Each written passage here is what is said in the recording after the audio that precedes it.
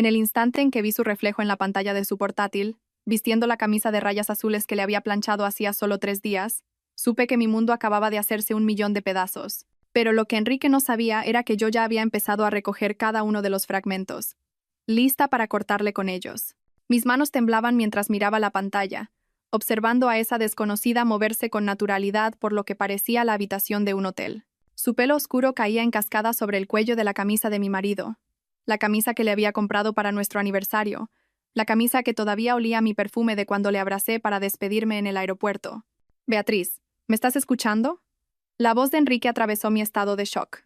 Su rostro llenó la pantalla del portátil con esa sonrisa ensayada que ahora me daba cuenta de que no había visto de forma genuina en meses. Detrás de él, la mujer, joven, guapa, completamente relajada, desapareció en lo que supuse que era el baño. Te escucho, susurré, con la voz firme a pesar del huracán que se formaba en mi pecho. 23 años de matrimonio, 23 años creyendo en nosotros, en él, en la vida que habíamos construido juntos. Todo se desmoronaba en el espacio de 30 segundos. El Congreso se está alargando esta noche, así que puede que mañana no pueda llamar, continuó, ajustando ligeramente su posición. Al fondo, vislumbré unas sábanas arrugadas y una segunda copa de vino en la mesilla de noche. Las pruebas estaban por todas partes, y ni siquiera tenía la decencia de ocultarlas bien. Fue entonces cuando tomé la decisión que lo cambiaría todo. No iba a gritar, no iba a llorar, no iba a suplicar explicaciones ni a ponerme a su merced como una esposa rota y desesperada. Iba a hacer algo completamente diferente, algo que le haría entender exactamente qué se sentía al ver cómo toda tu existencia es arrancada de raíz sin previo aviso. Que pases buena noche, cariño, dije, con una voz dulce como la miel envenenada. Te quiero. Yo también te quiero, Bea. Nos vemos a la vuelta. La pantalla se quedó en negro, y, en el reflejo del portátil, vi a una mujer que apenas reconocía. Sus ojos eran fríos, calculadores y, por primera vez en 23 años, completamente libres. Enrique no tenía ni idea de que la mujer a la que acababa de mentir había pasado los últimos 15 años trabajando como perito contable forense, especializada en descubrir fraudes financieros. No tenía ni idea de que ella tenía acceso a cada una de sus cuentas, a cada inversión, a cada activo oculto que él creía haber escondido con tanta astucia. Y, desde luego, no tenía ni idea de que ella llevaba 6 meses documentando discretamente su comportamiento sospechoso, siguiendo su instinto incluso cuando intentaba convencerse a sí misma de que estaba siendo paranoica. Al cerrar el portátil, sentí algo que no había sentido en años. Un propósito frío y calculador. Enrique quería jugar. De acuerdo. Pero estaba a punto de descubrir que había estado jugando con la mujer equivocada todo este tiempo. Antes de continuar, por favor escribe en los comentarios desde qué país estás viendo este video. Nos encanta saber desde dónde nos sintoniza nuestra familia global. Y si es tu primera vez en este canal, por favor, suscríbete. Tu apoyo nos ayuda a traer aún más épicas historias de venganza y vida. Disfruta de la narración. 3 días antes, yo había sido la esposa perfecta. El tipo de mujer que se levantaba a las 5 de la mañana para asegurarse de que el café de Enrique estuviera listo exactamente como a él le gustaba. Un café con leche con 2 azucarillos, servido en la taza de sargadelos que su madre nos había regalado en nuestra primera Navidad. Le había planchado las camisas con precisión militar y le había hecho la maleta con el cuidado meticuloso de alguien que realmente creía que su marido se merecía lo mejor. ¿Seguro que lo llevas todo? Le había preguntado, pasando los dedos por la cremallera de su portatrajes de piel, el mismo que le compré cuando le ascendieron a socio principal en su bufete de abogados. En aquel entonces, yo pensaba que su éxito era nuestro éxito. Te preocupas demasiado, Bea me había dicho, besándome la frente de esa manera distraída que se había convertido en su forma habitual de actuar durante el último año. Es solo Barcelona. 3 días, ida y vuelta. Le ayudé a meter las cosas en el coche. Le saludé con la mano desde el porche de entrada mientras salía marcha atrás de nuestra casa en la urbanización de Mirasierra, y pasé el resto de ese martes limpiando la casa de arriba a abajo. Porque eso es lo que yo hacía. Esa era quien yo era. La esposa que mantenía todo perfecto, todo en su sitio, todo exactamente como debía estar. Nuestra casa era un testimonio de nuestro éxito, o de lo que yo había pensado que era nuestro éxito. 4 dormitorios, 3 baños y un aseo. Una cocina que había aparecido en la revista A de España hacía 2 años. Yo había elegido cada color de pintura, cada mueble, cada detalle decorativo cuidadosamente colocado. Era mi santuario, mi orgullo y mi alegría. Pero mientras caminaba por aquellas habitaciones perfectamente decoradas, 24 horas después de que mi mundo se hubiera derrumbado, me parecían un museo. Un hermoso museo vacío dedicado a una vida que, aparentemente, había sido una completa mentira. Me detuve en nuestro dormitorio, el de Enrique y el mío, mirando la cama king size con sus sábanas blancas impecables y sus cojines cuidadosamente dispuestos. ¿Cuántas noches se había acostado a mi lado, planeando sus escapadas? ¿Cuántas mañanas me había besado para despedirse mientras ya pensaba en ella? La mujer de su camisa, joven, probablemente de 20 y tantos años, con ese tipo de belleza natural que no necesita maquillaje ni ropa cara para llamar la atención. Todo lo que yo había sido una vez, antes de que 23 años de matrimonio se hubieran instalado en mis caderas y hubieran tallado líneas alrededor de mis ojos. Pero al ver mi reflejo en el espejo del dormitorio, me di cuenta de algo que me sorprendió. No estaba rota. No era la criatura destrozada y patética en la que esperaba convertirme. Me veía centrada, decidida, como una mujer a la que acababan de entregar las llaves de su propia prisión y que por fin estaba lista para salir libre. Fue entonces cuando oí vibrar mi móvil con un mensaje de texto. Ya te echo de menos. Qué ganas de llegar a casa y enseñarte cuánto te quiere tu marido. Me quedé mirando el mensaje un largo momento y luego respondí. Yo también te echo de menos. La casa se siente tan vacía sin ti. Vuelve pronto. La mentira me salió con una facilidad que me asustó. Pero pensándolo bien, si Enrique podía mentir durante meses, quizá años, yo sin duda podía apañármelas con unos cuantos mensajes de texto. Tenía trabajo que hacer. Mi despacho estaba en el tercer dormitorio, reconvertido en oficina con vistas a nuestro jardín. Meticulosamente cuidado. Durante 15 años, había construido mi reputación a base de ser exhaustiva, metódica y absolutamente implacable a la hora de seguir el rastro del dinero. Había ayudado a abogados a descubrir millones de euros en activos ocultos, había rastreado transacciones fraudulentas que abarcaban varios países, y había construido casos que metieron a delincuentes de guante blanco entre rejas, pero nunca había investigado a mi propio marido. Empecé por lo obvio. Nuestras cuentas conjuntas, los extractos de las tarjetas de crédito, los registros telefónicos. Enrique era listo, pero no lo suficiente como para ocultárselo todo a alguien que se dedicaba a esto profesionalmente. En 2 horas, había construido una cronología que me revolvió el estómago. Los viajes de negocios habían empezado hacía 18 meses. Congresos repentinos de un día para otro, reuniones de última hora con clientes en ciudades que nunca le había oído mencionar. Siempre pagados por el bufete, siempre con explicaciones perfectamente razonables. Pero cuando cotejé los cargos de su tarjeta de crédito con sus supuestos itinerarios, la imagen se volvió nítida. Cenas caras para 2 en ciudades donde decía haber estado en reuniones todo el día. Cargos del servicio de habitaciones de hoteles que triplicaban lo que una persona pediría. Compras en tiendas de ropa de mujer, joyerías, lencerías, todo cuidadosamente espaciado, nunca lo suficiente como para levantar sospechas de forma individual, pero que juntos formaban un patrón innegable. Luego encontré el teléfono desechable. Estaba escondido en el armario de su despacho, metido en un viejo maletín que ya no usaba. Un móvil barato de tapa con un único número programado, etiquetado simplemente como VD.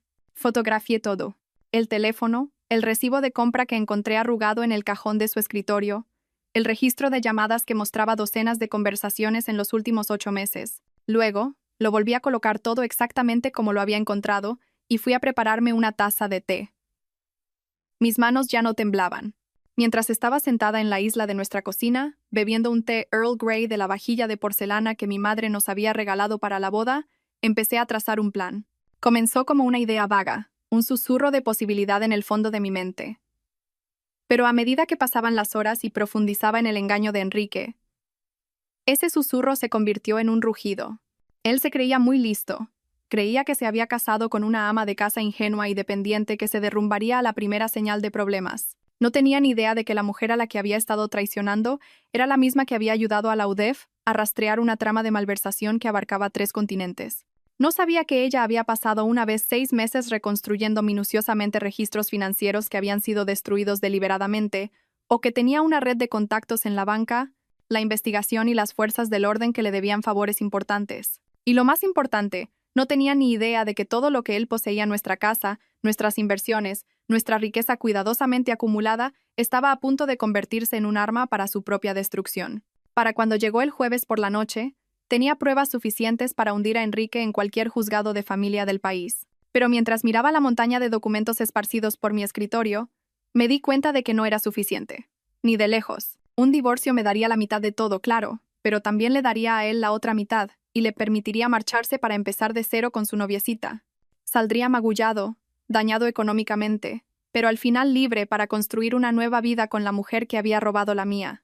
Eso no era justicia. Eso era solo un negocio. No. Lo que Enrique se merecía era algo mucho más personal, mucho más completo. Necesitaba entender lo que se sentía al ver cómo te arrancan de raíz todo aquello en lo que crees, sin previo aviso. Necesitaba experimentar el mismo shock devastador, la misma aplastante revelación de que toda su vida se había construido sobre mentiras. Y yo iba a darle exactamente eso. El viernes por la mañana conduje hasta el centro de Madrid para visitar a una vieja amiga. Victoria Valdés dirigía una agencia de investigación privada que se especializaba en lo que ella llamaba discreción doméstica, ayudando a mujeres adineradas a documentar las infidelidades de sus maridos con el tipo de pruebas irrefutables que se sostenían en los tribunales. Beatriz dijo, abrazándome en el vestíbulo de su elegante edificio de oficinas. ¿Cuánto tiempo? Aunque me temo que esto no es una visita social. Victoria y yo habíamos trabajado juntas en varios casos a lo largo de los años. Ella hacía el trabajo de campo mientras yo me encargaba de la parte forense financiera. Hacíamos un buen equipo y, lo que es más importante, confiaba en ella plenamente. Necesito tu ayuda, dije, sin más. Y necesito que sea completamente extraoficial. Una hora más tarde, había contratado a Victoria para que vigilara a Enrique durante su próximo viaje de negocios, previsto para la semana siguiente. También contraté a su socio, un ex guardia civil llamado Miguel García, para que hiciera una investigación completa de los antecedentes de cualquier persona con la que Enrique hubiera estado en contacto durante el último año. Sabes, dijo Victoria mientras yo firmaba los contratos, en 30 años que llevo en esto, nunca he tenido una clienta que pareciera tan serena. La mayoría de las mujeres están destrozadas cuando llegan a mí. La mayoría de las mujeres no son peritos contables forenses, repliqué. Ella se rió, pero pude ver la preocupación en sus ojos. Solo prométeme que no estás planeando nada peligroso. He visto a demasiadas mujeres inteligentes tomar decisiones estúpidas cuando están furiosas. No estoy furiosa, dije, y me di cuenta de que era verdad. La rabia incandescente de la primera noche se había cristalizado en algo mucho más frío, mucho más enfocado. Soy metódica. Esa tarde, hice 3 paradas más. Primero, al despacho de mi abogado, donde actualicé discretamente mi testamento y establecí un fideicomiso que protegería mis bienes personales en caso de divorcio. Segundo, a mi banco, donde abrí una nueva cuenta a mi nombre de soltera y transferí el dinero justo para darme una total independencia financiera. Tercero, a un trastero en las afueras de la ciudad, donde alquilé una unidad climatizada a nombre de soltera de mi madre. Para cuando Enrique llamó esa noche para ver cómo estaba, yo estaba preparada. ¿Qué tal por Barcelona?, pregunté, acomodándome en la cama con una taza de té y un libro que en realidad no estaba leyendo. Aburridísimo, dijo, y pude oír el agotamiento ensayado en su voz. El cliente está siendo difícil, y estas declaraciones se están alargando mucho más de lo esperado. Puede que tenga que quedarme un día más. No te preocupes, cariño, dije. Tómate todo el tiempo que necesites. Yo estoy aquí, echándote de menos. Yo también te echo de menos, Bea. Más de lo que imaginas. La convicción en su voz era casi impresionante. Si no hubiera sabido la verdad, me habría creído cada palabra. Enrique, dije justo antes de que colgara. ¿Sí? Te quiero. Pase lo que pase, quiero que sepas que todo lo que hago, lo hago porque te quiero. Hubo una pausa. Eso es muy dulce, Bea. Yo también te quiero. Después de que colgó, me quedé sentada en nuestra cama durante un largo rato, mirando las fotografías enmarcadas en mi mesilla de noche. El día de nuestra boda, yo con 25 años, radiante con el vestido de encaje de mi abuela, absolutamente segura de que Enrique y yo envejeceríamos juntos. Nuestro viaje de 5º aniversario a Roma, ambos bronceados y riendo frente al Coliseo. La foto de la última Navidad, tomada hacía solo 8 meses, en la que parecíamos la pareja perfecta viviendo la vida perfecta. En cada una de esas fotos, mi sonrisa era genuina. En cada una, parecía una mujer completa y absolutamente enamorada de su marido. Al mirar esas fotos ahora, sentí algo que me sorprendió. No tristeza, no rabia, sino una extraña gratitud. Porque esa mujer, la mujer confiada e ingenua que había creído en los cuentos de hadas y los finales felices, ya no existía. Y en su lugar había alguien mucho más fuerte, mucho más inteligente e infinitamente más peligrosa. Enrique había creado a su peor enemigo, y ni siquiera lo sabía todavía.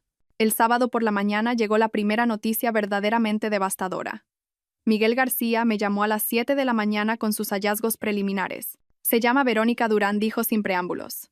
28 años, asociada junior en Herrero y Asociados, en el centro. Es el bufete para el que tu marido ha estado haciendo consultoría.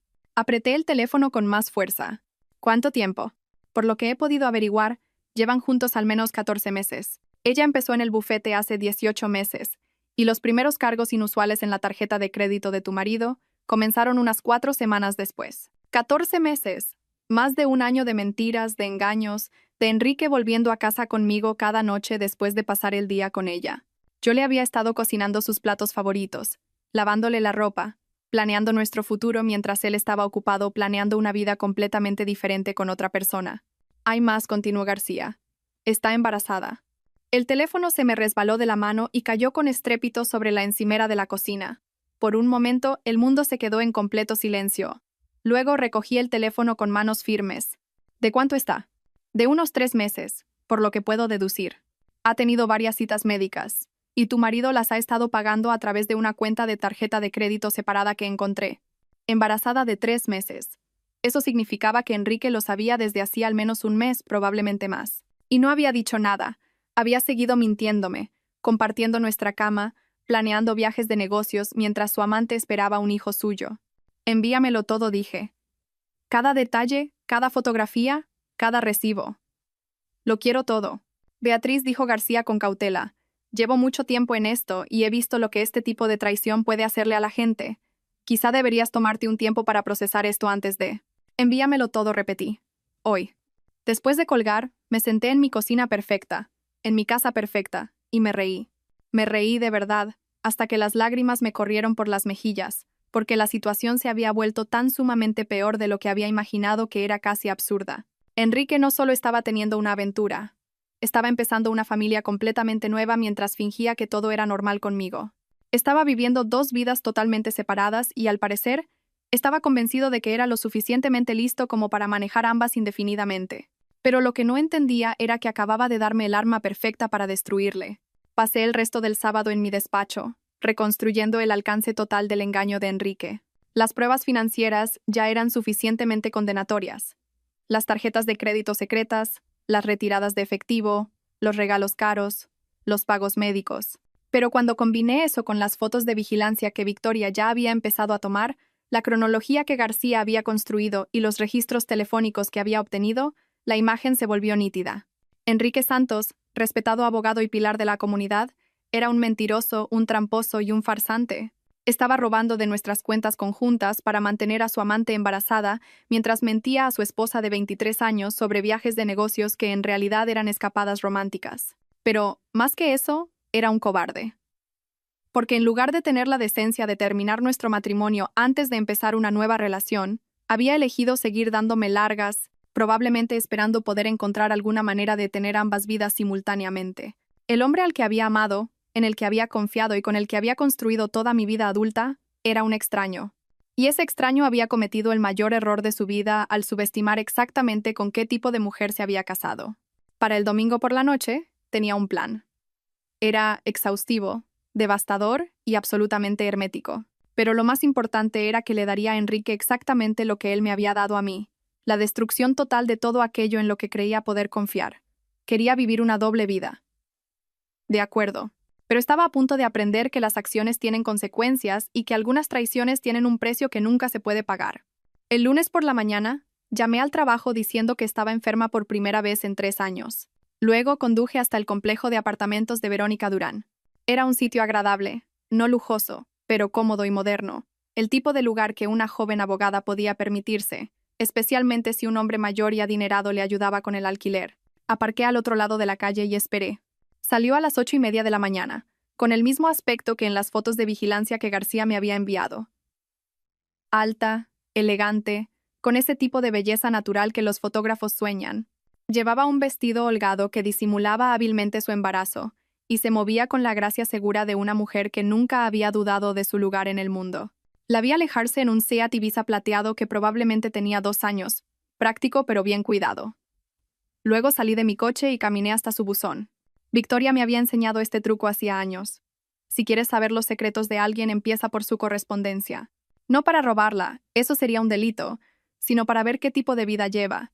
Facturas médicas, extractos de tarjetas de crédito, suscripciones, recibos de suministros. El correo cuenta una historia que los perfiles de redes sociales nunca contarán. Verónica Durán vivía por encima de sus posibilidades. Eso quedaba claro por la pila de extractos de tarjetas de crédito y avisos de impago visibles a través de las ranuras de su buzón. También recibía correspondencia de una clínica de fertilidad del centro, confirmando lo que García ya había descubierto. Pero lo que me llamó la atención fue una carta de una inmobiliaria de lujo, del tipo que gestiona propiedades de millones de euros, no apartamentos para asociadas junior. Estaba buscando casa, sin duda con el dinero de mi marido. Volví a casa y llamé a Victoria. Necesito que averigües todo lo que puedas sobre los planes de futuro de Verónica Durán, dije. Búsquedas inmobiliarias, solicitudes de empleo, cualquier compra importante que pueda estar considerando. Creo que Enrique planea dejarme, y quiero saber exactamente qué tipo de vida cree que va a tener.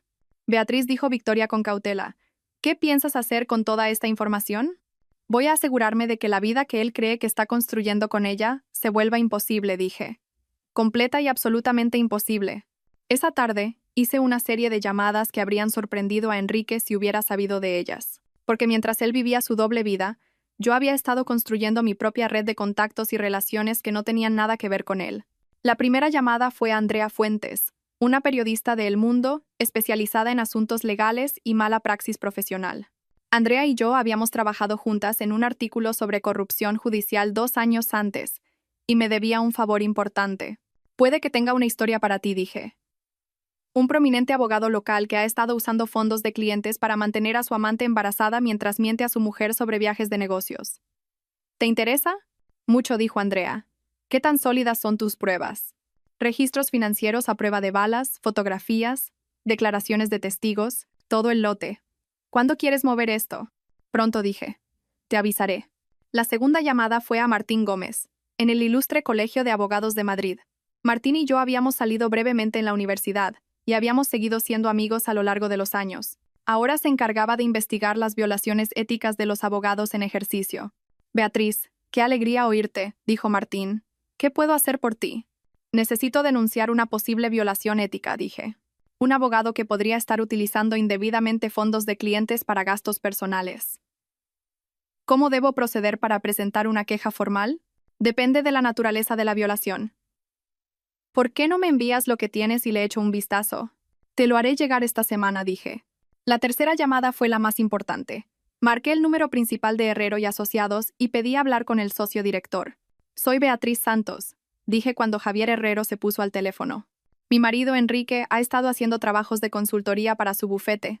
Me gustaría que nos reuniéramos para discutir algunas preocupaciones que tengo sobre posibles conflictos de intereses. Hubo una larga pausa. Señora Santos, no estoy seguro de a qué se refiere con conflictos de intereses. Creo que sería mejor si lo discutiéramos en persona, dije. ¿Está disponible mañana por la tarde? Otra pausa, esta vez más larga. Puedo recibirla a las 3. Perfecto. Esa noche, Enrique llamó como de costumbre. ¿Qué tal tu día, cariño?, preguntó, y pude oír el tráfico de fondo. Probablemente conducía de vuelta del apartamento de Verónica. Tranquilo, dije. He estado pensando mucho en nosotros últimamente, en nuestro futuro. ¿Nuestro futuro? Sé que ya hemos hablado de esto, pero me preguntaba si quizá es hora de que pensemos en tener hijos. Sé que ya no somos jóvenes, pero con la medicina moderna. El silencio al otro lado de la línea fue ensordecedor. Bea dijo finalmente, ya hemos pasado por esto. Decidimos hace años que éramos felices siendo solo nosotros. Sé lo que decidimos, dije, pero la gente cambia. Las prioridades cambian.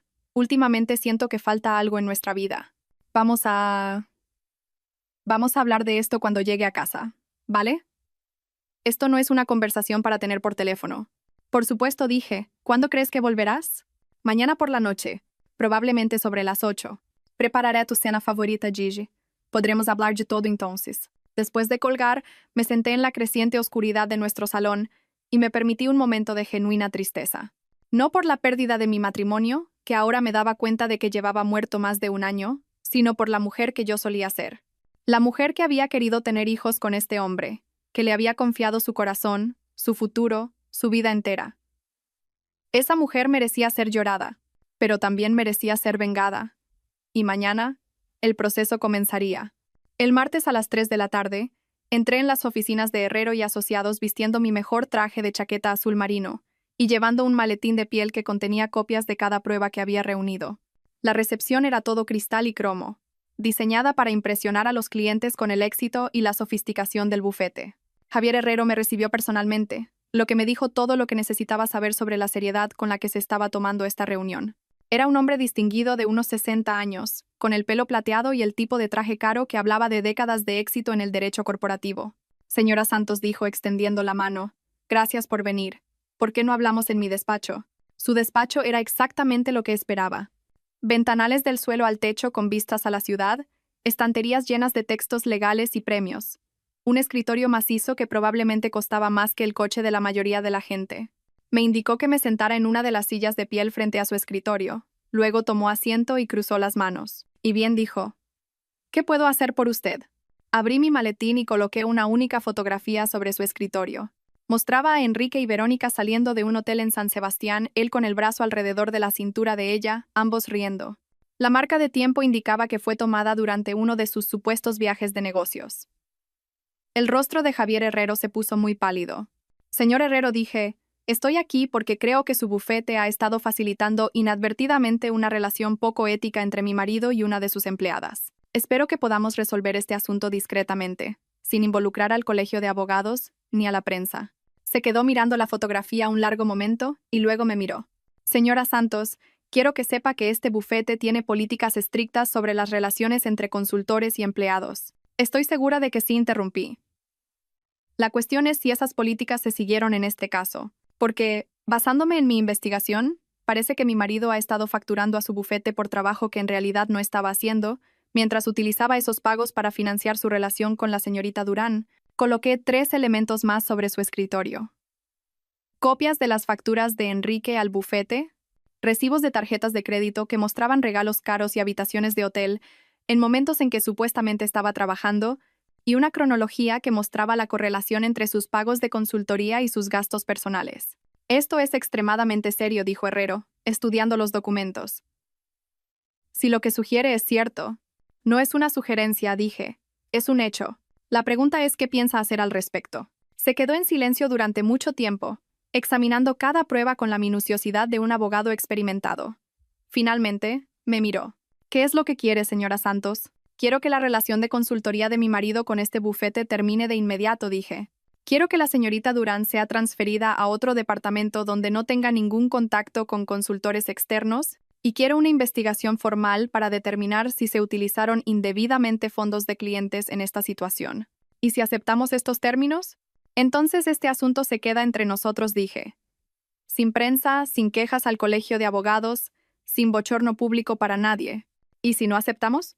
Me levanté y empecé a guardar los documentos en mi maletín.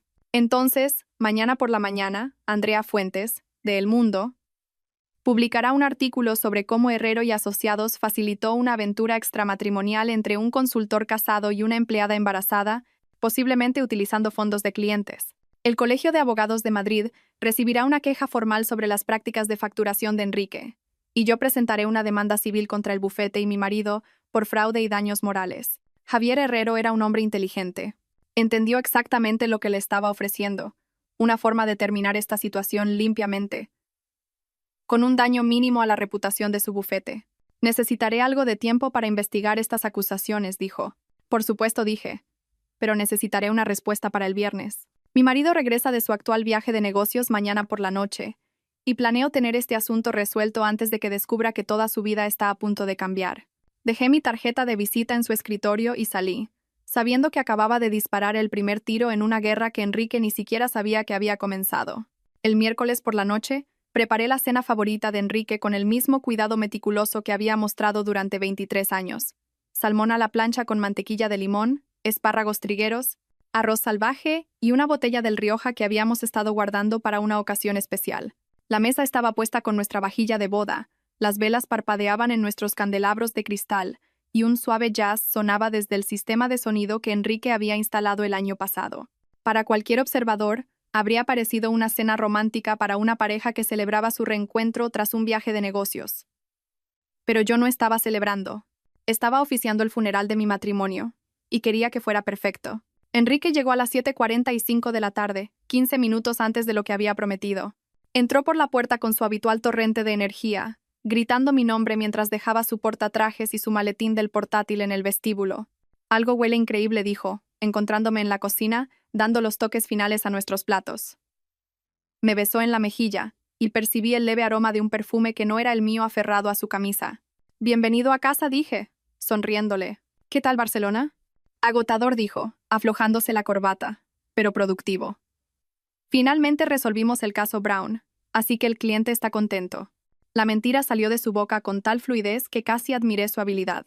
Si no lo supiera, si no hubiera visto las fotografías de él y Verónica en el mercado de la Brexa en San Sebastián justo ayer, me habría creído cada palabra.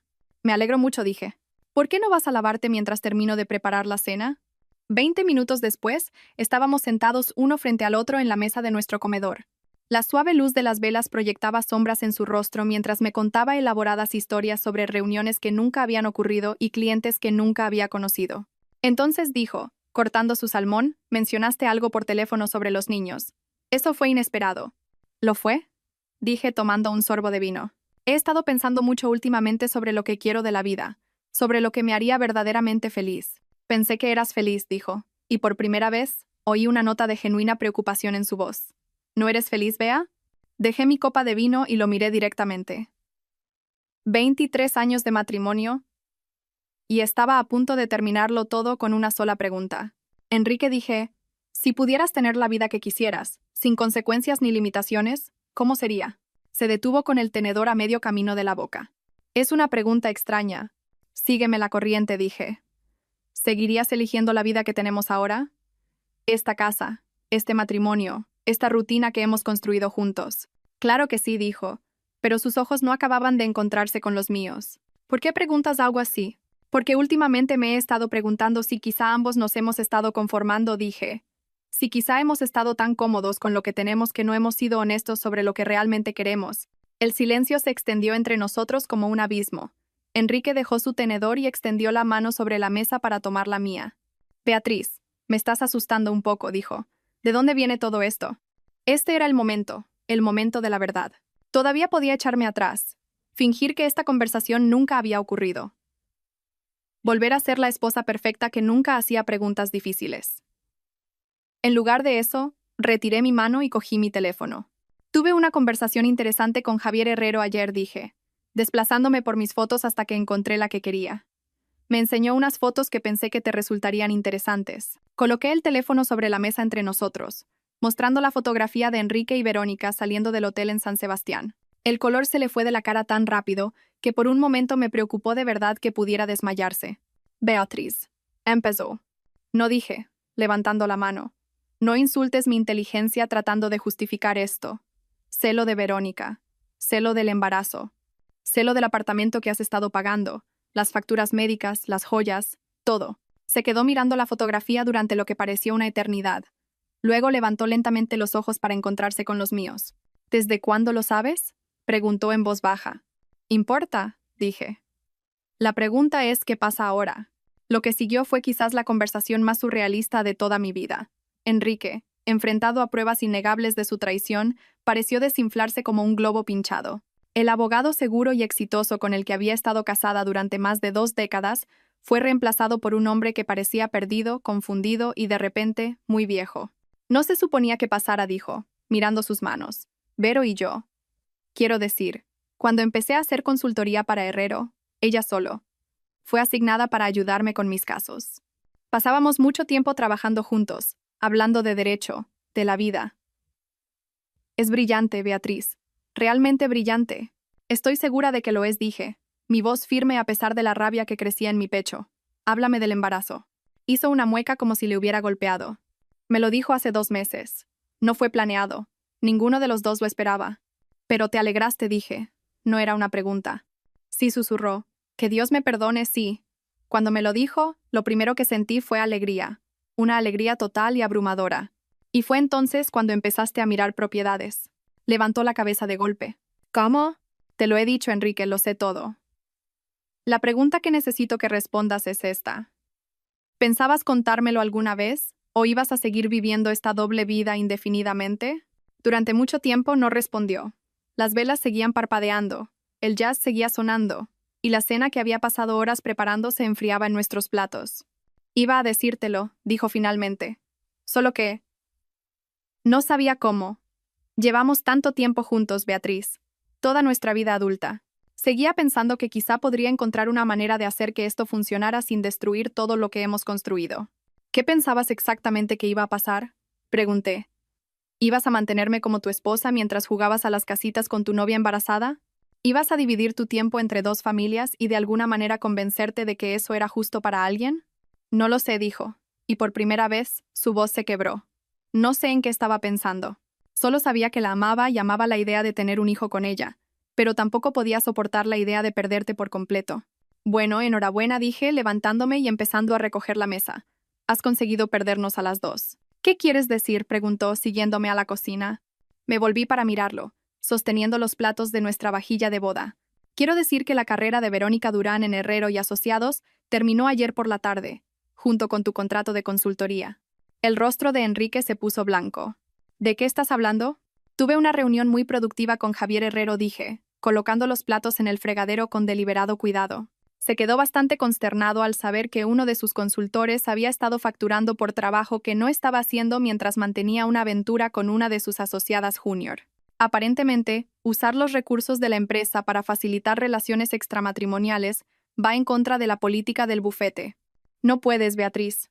No puedes hacer esto. Es mi carrera, mi reputación. ¿Tu reputación? Me reí, un sonido áspero y desconocido incluso para mis propios oídos. Enrique, tu reputación murió en el momento en que decidiste empezar a vivir una mentira. Yo solo la estoy haciendo pública. ¿Qué quieres?, preguntó, y pude ver el pánico creciendo en sus ojos.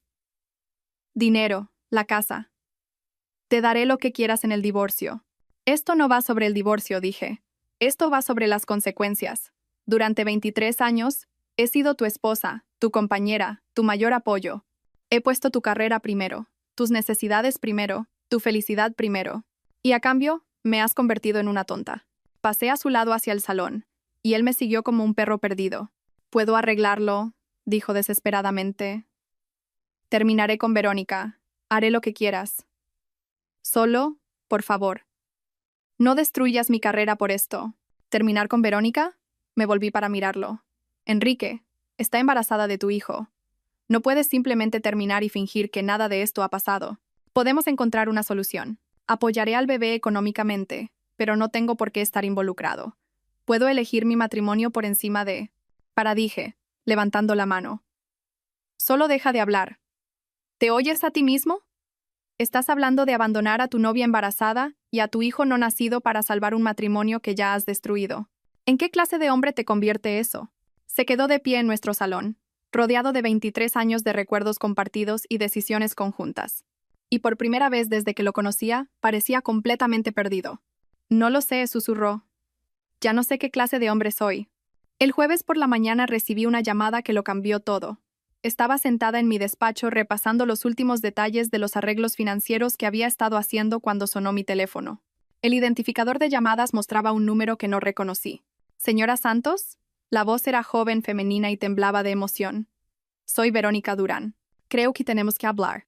Había estado esperando esta llamada, pero aún así me provocó una sacudida de adrenalina. Buenos días, señorita Durán. ¿Qué puedo hacer por usted? Necesito verla, dijo, en persona. Hay cosas sobre Enrique, sobre su marido, que necesita saber. Acordamos vernos en una cafetería del centro de Madrid, territorio neutral, donde ninguna de las dos tendría la ventaja de un entorno familiar. Mientras conducía hacia allí, sentí curiosidad por lo que Verónica Durán podría decirme que yo no supiera ya. La encontré sentada en un reservado de la esquina, con un aspecto más pequeño y frágil que en las fotos de vigilancia. El embarazo le sentaba bien, dándole a su piel una cualidad luminosa que la hacía parecer incluso más joven de sus 28 años. Pero sus ojos estaban enrojecidos de llorar, y sus manos temblaban ligeramente al levantar su taza de té. Gracias por venir, dijo mientras me deslizaba en el asiento frente a ella. Dijo que había cosas que necesitaba saber, repliqué. La escucho. Respiró hondo, como si se estuviera preparando para una conversación difícil. Primero, quiero que sepa que yo no sabía nada de usted. No al principio. Cuando empecé a trabajar con Enrique, me dijo que estaba separado. Dijo que vivían vidas separadas, pero que aún no habían solicitado el divorcio por complicaciones financieras. Y la creyó. Quería creerle, dijo. Él era. Era todo lo que yo creía que quería en un hombre. Exitoso, sofisticado, encantador. Cuando me dijo que me amaba, cuando empezó a hablar de un futuro juntos, pensé que había encontrado mi final feliz. ¿Cuándo descubrió la verdad? Hace 3 semanas, dijo, y nuevas lágrimas comenzaron a deslizarse por sus mejillas. Empecé a sospechar porque nunca quería que lo llamara a casa, nunca quería quedar cerca de su barrio. Así que, contraté a un investigador privado. No pude evitar reírme. Contrató a un investigador para que investigara a mi marido mientras yo hacía lo mismo. Descubrí que no estaban separados en absoluto, continuó. Que todavía compartían cama, que todavía iban a eventos sociales juntos, que todavía actuaban como una pareja felizmente casada. Y confronté a Enrique. ¿Qué dijo? Dijo que iba a dejarla. Que solo necesitaba tiempo para averiguar cómo hacerlo sin destruirla financieramente. Dijo que usted era frágil, que nunca había trabajado fuera de casa, y que no sería capaz de cuidarse si él la dejaba de repente. La condescendencia de esa declaración me dejó sin aliento. Enrique me había estado pintando como una criatura indefensa y dependiente para justificar su engaño, cuando en realidad yo era probablemente más sofisticada financieramente que él. Señorita Durán, dije con cuidado, ¿por qué me cuenta esto? Porque ayer, después de que usted se reuniera con el señor Herrero, Enrique me llamó, dijo.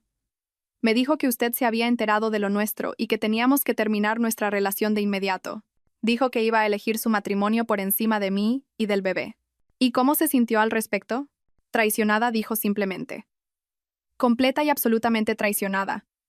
Me di cuenta de que había sido tan tonta como usted. Enrique nunca tuvo la intención de dejarla por mí. Yo solo era conveniente, una mujer joven impresionada por su éxito y agradecida por su atención. Metió la mano en el bolso y sacó un sobremanila, que colocó sobre la mesa entre nosotras. ¿Qué es esto?, pregunté. Copias de mensajes de texto, correos electrónicos, mensajes de voz, dijo. Todo lo que Enrique me envió en los últimos 14 meses, incluyendo algunas promesas muy explícitas sobre la vida que íbamos a construir juntos y algunas cosas muy poco halagadoras que dijo sobre usted. Me quedé mirando el sobre, pero no lo toqué. ¿Por qué me da esto? Porque dijo, encontrando mis ojos por primera vez desde que me había sentado Enrique Santos, es un mentiroso y un cobarde, y creo que es hora de que enfrente las consecuencias de sus acciones. No puedo deshacer el daño que he hecho a su matrimonio, pero quizá pueda ayudarla a asegurarse de que no se salga con la suya sin ninguna consecuencia real. ¿Y usted?, pregunté. ¿Y el bebé? Estoy embarazada de 3 meses del hijo de un hombre que acaba de decirme que soy un error que necesita arreglar, dijo. No me quedan muchas opciones, pero tengo pruebas que podrían destruir su reputación y su carrera, y creo que eso vale algo. Cogí el sobre y lo guardé en mi bolso. Señorita Durán, quiero que sepa que no la culpo por lo que pasó. A usted le mintieron tanto como a mí. Gracias, susurró. Eso significa más para mí de lo que imagina. Mientras conducía a casa, me di cuenta de que mi plan se había vuelto mucho más poderoso de lo que había previsto originalmente. No solo tenía pruebas de las irregularidades financieras y la mala praxis profesional de Enrique. Ahora tenía una cómplice que estaba tan motivada como yo para verlo pagar por sus engaños. Enrique había creado 2 enemigas cuando pensaba que estaba manejando 2 relaciones. Y ahora esas enemigas estaban trabajando juntas. Esa noche, Enrique llegó a casa y me encontró exactamente donde me había dejado la noche anterior, sentada en la isla de nuestra cocina, leyendo un libro tranquilamente y bebiendo una taza de té. Pero todo había cambiado. Y de alguna manera, él pareció sentirlo en el momento en que cruzó la puerta. ¿Qué tal tu día?, preguntó con cautela. Interesante, dije, sin levantar la vista de mi libro. Tomé un café con Verónica Durán esta mañana. El color se le fue de la cara tan rápido que pensé que podría desplomarse. Beatriz, puedo explicarlo. ¿Puedes?, dije, finalmente mirándolo. ¿Puedes explicar por qué le dijiste que yo era una ama de casa frágil y dependiente que nunca había trabajado fuera del hogar? ¿Puedes explicar por qué le prometiste casarte con ella mientras seguías casado conmigo? ¿Puedes explicar por qué le dijiste que la amabas más de lo que habías amado a nadie en tu vida? Se hundió en la silla frente a mí, con el aspecto de un hombre al que acababan de diagnosticar una enfermedad terminal. Te dio los mensajes, dijo en voz baja. Todos, confirmé. 14 meses de promesas que nunca tuviste la intención de cumplir y mentiras que nunca tuviste la intención de confesar. Es toda una colección, Enrique. Realmente esclarecedora. ¿Qué vas a hacer? Cerré mi libro y lo miré directamente. Voy a hacerte una pregunta y quiero que pienses muy cuidadosamente antes de responder. En todo esto, las mentiras, el engaño, las promesas a Verónica, la falta de respeto hacia mí, ¿hubo algún momento en el que consideraste la posibilidad de que tus acciones pudieran tener consecuencias? Me miró durante mucho tiempo antes de responder. Pensé que era lo suficientemente listo como para manejarlo todo. ¿Pensabas que eras lo suficientemente listo como para manejar las vidas enteras de dos mujeres sin que ninguna de nosotras se diera cuenta de lo que realmente estaba pasando? Sí, susurró. Bueno, dije, levantándome y caminando hacia la ventana, te equivocaste. Y ahora vas a descubrir exactamente qué pasa cuando las mujeres a las que has estado manipulando deciden dejar de jugar a tu juego. Beatriz, por favor. Mañana por la mañana dije, interrumpiéndolo, recibirás una llamada de Martín Gómez, del Colegio de Abogados. Te informará de que se ha presentado una queja formal sobre tus prácticas de facturación y tu conducta profesional. La queja incluye pruebas de que has estado falsificando registros de horas y utilizando pagos de clientes para gastos personales. El rostro de Enrique se volvió ceniciento. No puedes hacer esto. Eres mi esposa. Mañana por la tarde, continué, Andrea Fuentes, de El Mundo, publicará un artículo sobre mala praxis profesional en Herrero y Asociados. No te mencionará por tu nombre inicialmente, pero cualquiera en la comunidad legal podrá atar cabos. Beatriz, por favor, mi carrera. Mañana por la noche dije, volviéndome para mirarlo, presentaré la demanda de divorcio. Lo pediré todo, Enrique. La casa, las inversiones, los planes de pensiones, la pensión compensatoria y una indemnización por daños morales. Y antes de que empieces a pensar en luchar contra mí, deberías saber que Verónica está dispuesta a testificar sobre tus promesas de dejarme y casarte con ella, lo que establece una clara intención de fraude. Se desplomó en su silla, sosteniendo la cabeza entre las manos. ¿Y el perdón? ¿Y los 23 años de matrimonio? ¿No significa nada para ti? ¿Y la lealtad? Repliqué. ¿Y los votos que me hiciste? ¿Y los 23 años que pasé construyendo una vida con alguien que aparentemente solo me estaba usando como un comodín mientras averiguaba lo que realmente quería? Nunca quise hacerte daño. Pero me hiciste daño, dije. Me hiciste daño cada día durante 14 meses. Cada vez que mentías sobre a dónde ibas. Cada vez que volvías a casa y fingías amarme mientras planeabas un futuro con otra persona. Cada vez que me hacías sentir que me estaba volviendo loca por notar que algo iba mal. No solo me engañaste, Enrique. Me hiciste dudar de mi propia percepción de la realidad. Así que esto es venganza. No dije. Estos son consecuencias. La venganza sería emocional, desordenada y, en última instancia, autodestructiva. Esto es simplemente el resultado natural de las decisiones que tomaste. Decidiste vivir una mentira, y ahora esa mentira se está derrumbando a tu alrededor. Fui a la encimera de la cocina y cogí un juego de llaves de coche que no eran mías. Son de Verónica, dije, colocándolas sobre la mesa frente a él. Me pidió que te las diera. Aparentemente, has estado pagando las cuotas de su SEAT. ¿A dónde va?, preguntó. Vuelve a Sevilla a vivir con su hermana mientras decide sus próximos pasos. Quería que te dijera que no vuelvas a contactarla. Nunca. ¿Y el bebé? ¿Qué pasa con el bebé, Enrique? Le dejaste claro que me elegías a mí por encima de ella y de tu hijo. Así que ella ha elegido criar a tu hijo sin ti. Enhorabuena. Has conseguido abandonar a tu familia antes incluso de que naciera. Se quedó mirando las llaves durante un largo rato. Luego me miró con los ojos llenos de lágrimas. Sé que me odias ahora, dijo. Pero quiero que sepas que sí te quise. Te quiero. Lo que pasó con Verónica no cambia eso. Tienes razón, dije. No lo cambia, lo revela. Porque el amor no es solo un sentimiento, Enrique. Es una elección que haces cada día. Es elegir ser honesto incluso cuando la verdad es difícil. Es elegir ser fiel incluso cuando se presenta la tentación. Es elegir proteger a la persona con la que has comprometido tu vida, incluso cuando significa sacrificar algo que quieres. Fui hasta la puerta y luego me volví para mirarlo una última vez. Durante 14 meses, elegiste a Verónica por encima de mí cada día. Elegiste mentirme, engañarme, arriesgar todo lo que habíamos construido juntos por una relación con una mujer que tiene edad para ser nuestra hija. Elegiste hacerle promesas que nunca tuviste la intención de cumplir. Y elegiste mantenerme en un matrimonio que ya estaba terminado sin darme la oportunidad de tomar mis propias decisiones sobre mi vida. Beatriz, esta noche duermo en la habitación de invitados, dije. Mañana quiero que te vayas de esta casa. Puedes quedarte donde quieras, pero no puedes quedarte aquí. Esta es mi casa ahora, y ya no eres bienvenido en ella. Mientras subía las escaleras, dejando a Enrique solo en la cocina con las llaves del coche de su exnovia embarazada, sentí algo que no había experimentado en más de un año. Paz. Por primera vez en 14 meses, sabía exactamente dónde estaba, qué era verdad y qué necesitaba hacer a continuación. Enrique había pasado más de un año viviendo en una fantasía donde podía tener todo lo que quería sin enfrentar ninguna consecuencia. Mañana se iba a despertar en el mundo real. Y el mundo real, como estaba a punto de descubrir, Era mucho menos indulgente que su fantasía. El viernes por la mañana llegó como el amanecer de una nueva era. Me desperté en la habitación de invitados a las 6 de la mañana sintiéndome más descansada que en meses. Por primera vez desde aquella devastadora videollamada, sabía exactamente lo que me deparaba el futuro. Y aunque no era el futuro que había planeado, era enteramente mío. Enrique ya se había ido cuando bajé. Su coche no estaba en el garaje y había dejado una nota en la encimera de la cocina. He ido a desayunar. Necesitamos hablar cuando vuelva. Arrugué la nota y la tiré a la basura. Ya habíamos pasado el punto de hablar. La primera llamada llegó a las 8:30. Martín Gómez, del Colegio de Abogados, puntual.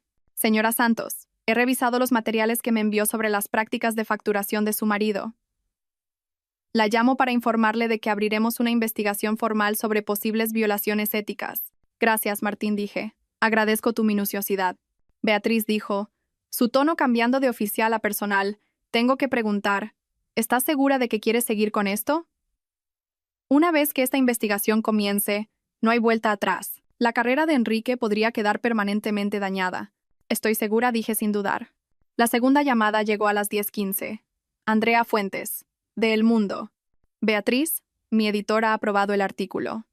Saldrá en la edición de mañana, tanto impresa como online. No uso nombres en la pieza inicial, pero describo la situación con suficiente detalle como para que cualquiera en la comunidad legal pueda atar cabos. Perfecto, dije. ¿Hay algo más?, continuó Andrea. Después de empezar a hacer llamadas sobre esta historia, recibí pistas sobre otras 2 situaciones similares que involucran a abogados de la ciudad. Aparentemente, el comportamiento de tu marido no es tan único como pensábamos. Esa información me golpeó como un puñetazo. ¿Estás diciendo que esto ha pasado antes? Estoy diciendo que la comunidad legal es más pequeña de lo que crees, y cuando una persona se comporta de manera poco ética, otros suelen saberlo. El hecho de que múltiples fuentes se presentaran después de unas pocas preguntas preliminares sugiere que la reputación de Enrique podría no ser tan sólida como creías. Después de colgar, me senté en mi cocina y traté de procesar esta nueva revelación. ¿Había engañado a Enrique antes? ¿Había habido otras mujeres, otras mentiras, otras traiciones que yo había sido demasiado confiada para ver? ¿Ya no importaba? Lo que fuera que hubiera hecho en el pasado, el patrón de comportamiento que esto representaba, se terminaba hoy. A las 11:30, mi teléfono sonó de nuevo. Esta vez, el identificador mostraba el número de Enrique. Beatriz, tenemos que hablar, dijo sin preámbulos. Me ha llamado Gómez del Colegio de Abogados. ¿Cómo has podido hacer esto?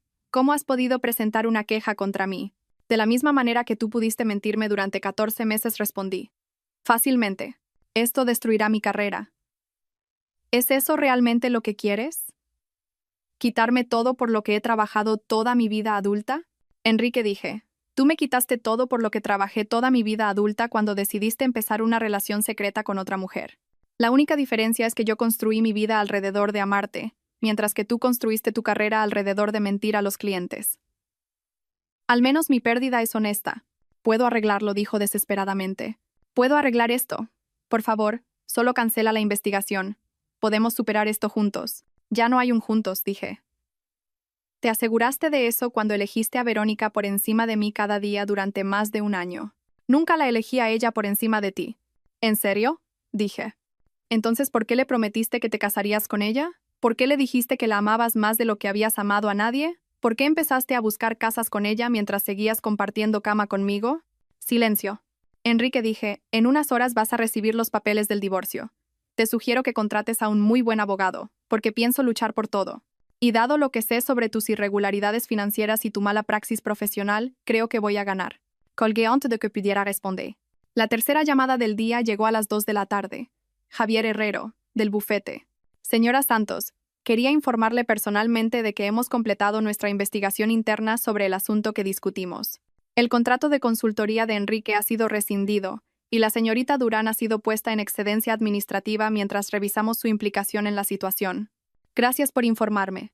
Hay algo más, dijo. Durante nuestra investigación, descubrimos algunas irregularidades en la facturación de Enrique que se remontan a varios años. Llevaremos a cabo una auditoría completa de todo su trabajo con el bufete. ¿Varios años?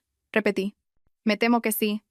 Parece que la situación con la señorita Durán puede haber sido solo la más reciente en un patrón de comportamiento cuestionable.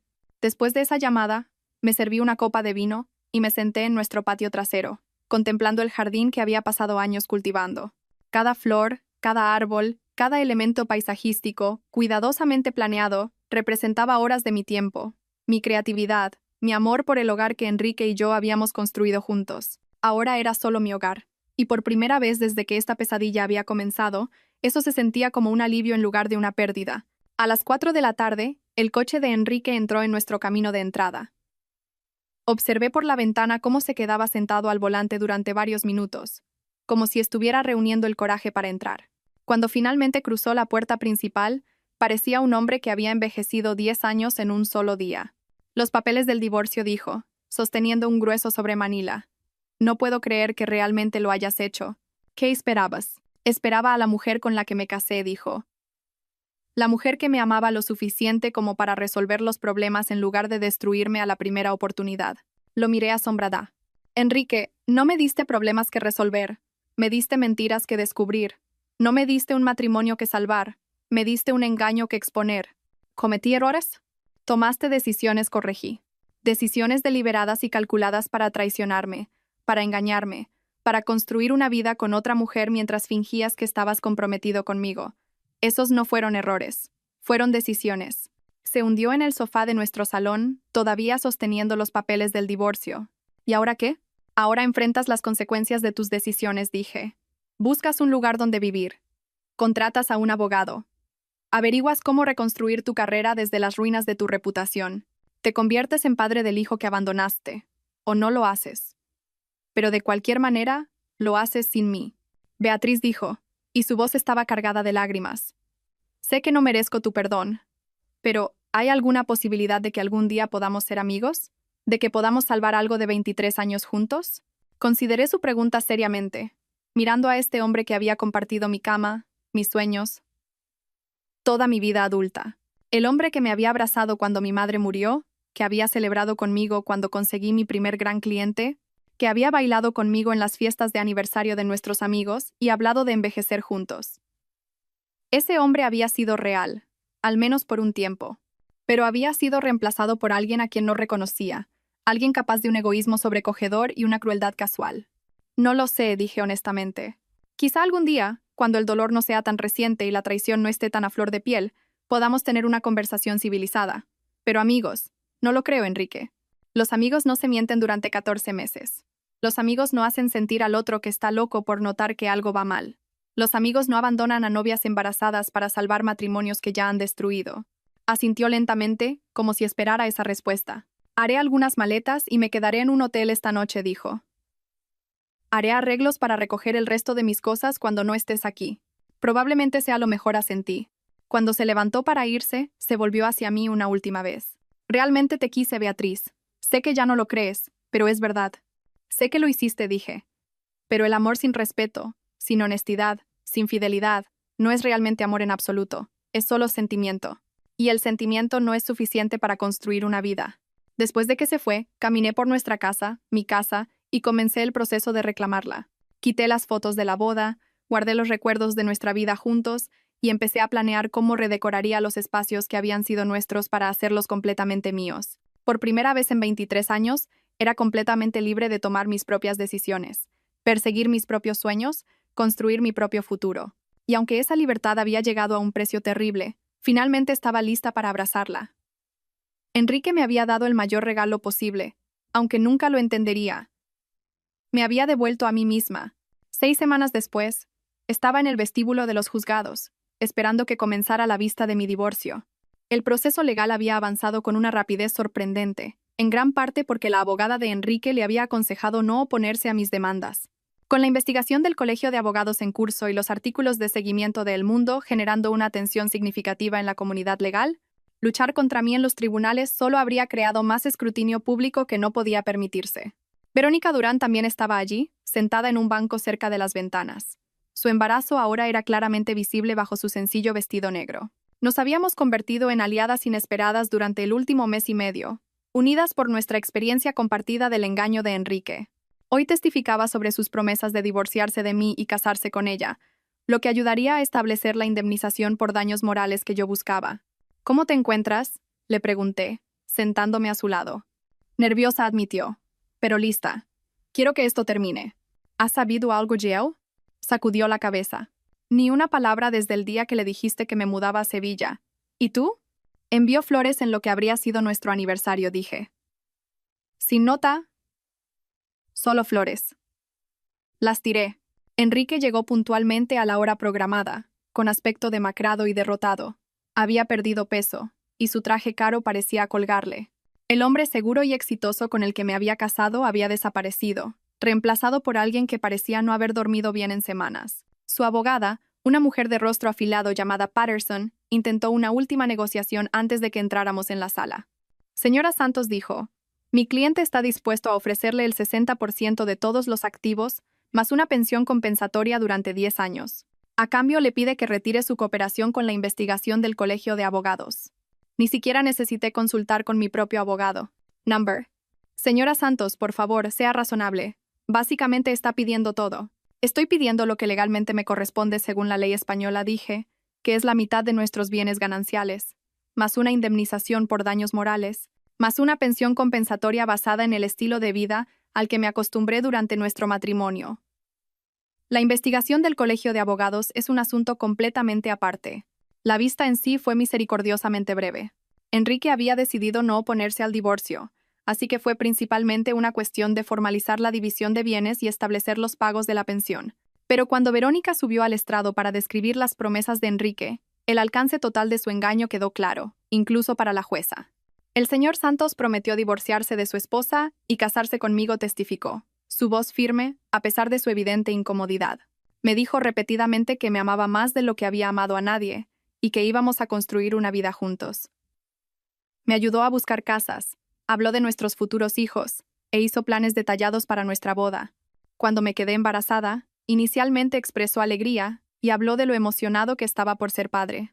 ¿Y cuándo cambiaron esas promesas?, preguntó mi abogado. Cuando su esposa descubrió nuestra relación, dijo Verónica. De repente, afirmó que nunca había tenido la intención de dejarla, que yo había malinterpretado sus intenciones y que nuestra relación era un error que debía corregirse. La jueza, una mujer severa de unos 60 años, miró a Enrique con evidente desaprobación. Señor Santos, ¿se opone a alguna parte de este testimonio? La abogada de Enrique le susurró algo, y él negó con la cabeza. No, señoría. Muy bien, dijo la jueza. Basándome en las pruebas presentadas, considero que el señor Santos incurrió en un patrón deliberado de engaño que causó un significativo daño moral tanto a su esposa como a la señorita Durán. Señora Santos, se le concede el 75% de todos los bienes gananciales, una pensión compensatoria de 8.000 euros al mes durante 15 años y 50.000 euros en concepto de daños morales. Sentí una oleada de satisfacción, pero no era el placer vengativo que había esperado. Era algo más tranquilo, más profundo. Era la satisfacción de la justicia servida, de las cuentas finalmente saldadas. Después de la vista, Enrique se me acercó en el pasillo. Espero que estés satisfecha, dijo, con la voz amarga. De hecho, lo estoy, respondí. Por primera vez en más de un año siento que el universo vuelve a tener sentido. Has destruido mi vida. No, Enrique, dije. Tú destruiste tu propia vida. Yo solo me negué a dejar que destruyeras la mía en el proceso. Se alejó sin decir una palabra más, y me di cuenta de que probablemente esa era la última conversación que tendría con mi exmarido. Verónica y yo salimos juntas del juzgado, hacia una tarde de primavera brillante que se sentía llena de posibilidades. ¿Qué harás ahora?, preguntó cuando llegamos a nuestros coches. Estoy pensando en montar mi propia empresa de peritaje contable forense, dije, especializada en casos como el nuestro, ayudando a mujeres que sospechan de la infidelidad financiera de sus maridos a obtener las pruebas que necesitan. Suena perfecto, dijo. Ayudarías a mucha gente. ¿Y tú? Mi hermana me ha ofrecido ayuda con el bebé, dijo. Y estoy pensando en volver a estudiar, quizá hacer un MBA. Empezar de cero en un campo completamente diferente. Nos abrazamos para despedirnos, dos mujeres que habían sido enemigas hasta que nos dimos cuenta de que en realidad éramos víctimas del egoísmo del mismo hombre. Mientras conducía a casa, a mi casa, que ahora era verdadera, legal y completamente mía, pensé en la mujer que había sido 6 semanas atrás. Esa mujer había creído en los finales felices, en el poder del amor para superar cualquier obstáculo, en la bondad fundamental del hombre con el que se había casado. Esa mujer había desaparecido, pero la mujer que la había reemplazado era más fuerte, más inteligente e infinitamente más libre. Un año después, estaba sentada en mi nueva oficina, revisando los registros financieros de una clienta cuyo marido había estado ocultando activos durante 3 años. El negocio que había iniciado con el acuerdo de mi divorcio había crecido más allá de mis expectativas más salvajes. Resultó que había muchas mujeres como yo, mujeres inteligentes y exitosas, que habían sido engañadas sistemáticamente por hombres en los que confiaban completamente. Mi teléfono vibró con un mensaje de texto de un número desconocido. Vi el artículo sobre tu negocio en la revista Capital. Enhorabuena, te mereces todo el éxito. Era Verónica. Había terminado su MBA y ahora trabajaba para una consultora en Barcelona. Su hija, la hija de Enrique, estaba sana y guapísima, a juzgar por las fotos que me enviaba ocasionalmente. Enrique nunca había intentado contactar con ninguna de ellas. Respondí, gracias. ¿Cómo estáis las dos? Mejor que nunca. Emma dio sus primeros pasos ayer. Creo que te gustaría. Es terca como una mula y se niega a aceptar ayuda de nadie. Sonreí, reconociendo la descripción de una niña que ya mostraba signos de la fuerza que necesitaría para navegar por un mundo que no siempre había sido amable con su madre. Llegó otro texto. ¿Has sabido algo de Enrique últimamente? De hecho, sí. A través de los mentideros profesionales, sabía que el Colegio de Abogados le había suspendido la licencia durante 2 años. La investigación de El Mundo había destapado un patrón de irregularidades en la facturación que se remontaba a casi una década, y varias otras mujeres se habían presentado con historias de relaciones inapropiadas. Enrique trabajaba ahora como asistente legal en un pequeño bufete en Valladolid, tratando de reconstruir su reputación caso por caso. Está vivo, respondí. Eso es todo lo que sé. ¿Es más de lo que necesito saber? Fue su respuesta. Espero que haya aprendido algo de todo esto. Lo dudaba. Los hombres como Enrique rara vez aprenden de sus errores porque rara vez aceptan la responsabilidad por ellos. Pero ese ya no era mi problema. Mientras el sol de la tarde entraba a raudales por las ventanas de mi oficina, me permití un momento para reflexionar sobre el viaje que me había traído hasta aquí. Hacía 1 año, había sido una esposa traicionada viviendo entre las ruinas de un matrimonio destrozado. Hoy era una empresaria de éxito que ayudaba a otras mujeres a navegar por sus propios descubrimientos devastadores, construyendo algo significativo de las cenizas de mi antigua vida. La mujer a la que Enrique había traicionado se había ido para siempre, pero la mujer que había surgido de esa traición era más fuerte, más sabia y más auténticamente ella misma de lo que nunca había sido. Había aprendido que el amor sin respeto es solo manipulación, que la confianza sin honestidad es solo ingenuidad, que una vida construida sobre las mentiras de otra persona no es vida en absoluto. Pero también había aprendido que la traición, aunque devastadora, no es mortal. Que la fuerza se puede encontrar en los momentos más oscuros, que a veces, lo peor que te pasa se convierte en la base de lo mejor que jamás construirás. Enrique había pensado que me estaba destruyendo cuando eligió a Verónica por encima de nuestro matrimonio.